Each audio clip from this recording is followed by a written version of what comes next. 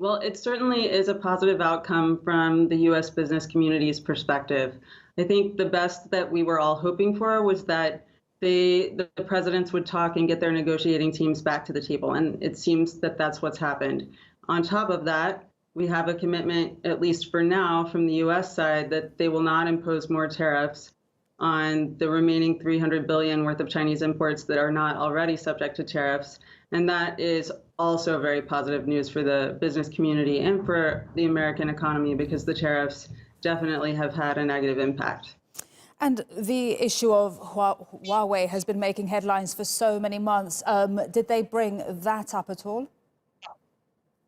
So it's unclear if they brought up Huawei. Certainly, there was a lot of talk around whether or not that would happen ahead of the meeting, with rumors that Xi Jinping would insist on some sort of agreement related to Huawei in order to have negotiations restart, as well as rumors that Huawei itself did not want to be brought into the conversation.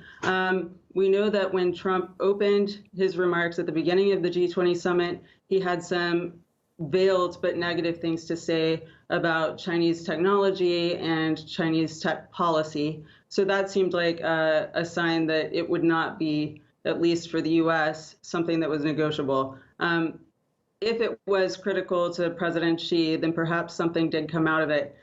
I guess we'll just have to wait and see. We should have a briefing from the negotiators probably in about 15 minutes. All right, we'll look forward to that. But Anna, just put into context just how important these meetings were between the Chinese and US leaders, the world's two biggest economies. What was at stake here? This was an incredibly important meeting. When the talks broke down in May, it was surprising to the entire US business community because everything had indicated that the talks were making great progress. And even last week, Secretary Mnuchin said that before the talks broke down, they were 90% of the way there.